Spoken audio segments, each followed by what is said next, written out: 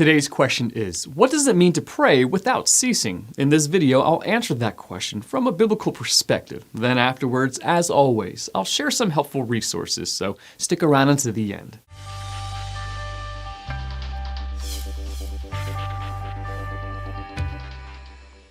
Paul's command in 1 Thessalonians chapter 5, verse 17 to pray without ceasing can be confusing.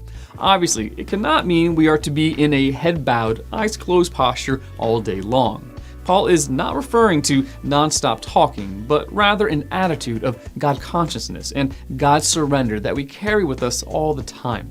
Every waking moment is to be lived in an awareness that God is with us and that He is actively involved and engaged in our thoughts and actions. When our thoughts turn to worry, fear, discouragement, and anger, we are to consciously and quickly turn every thought into prayer, and every prayer into thanksgiving.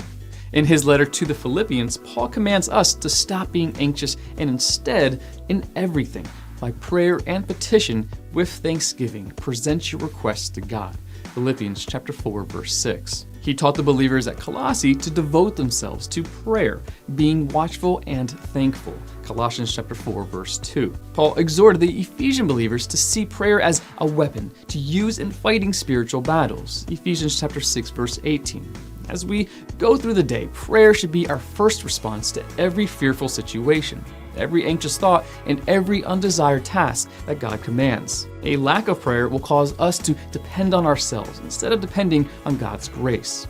Unceasing prayer is, in essence, continual dependence upon and communion with the Father. For Christians, prayer should be like breathing. You do not have to think to breathe because the atmosphere exerts pressure on your lungs and essentially forces you to breathe. That's why it's more difficult to hold your breath than it is to breathe. Similarly, when we are born into the family of God, we enter into a spiritual atmosphere where God's presence and grace exert pressure or influence on our lives. Prayer is the normal response to that pressure. As believers, we have all entered the divine atmosphere to breathe the air of prayer. Unfortunately, many believers hold their spiritual breath for long periods, thinking brief moments with God are sufficient to allow them to survive. But such restricting of their spiritual intake is caused by sinful desires. The fact is that every believer must continually be in the presence of God, constantly breathing in His truths to be fully functional. It is easier for Christians to feel secure by presuming on instead of depending on God's grace. Too many believers become satisfied with physical blessings and have little desire for spiritual ones. When programs, methods, and money produce impressive results, there is an inclination to confuse human success with divine blessings. When that happens, passionate longing for God and yearning for His help will be missing. Continual, persistent, incessant prayer is an essential part of Christian living and flows out of humility and dependence on God. Want to learn more? Subscribe so you don't miss the next video. Visit GotQuestions.org for more great content, and check out the details section below this video. There's one book I recommend along with several related questions.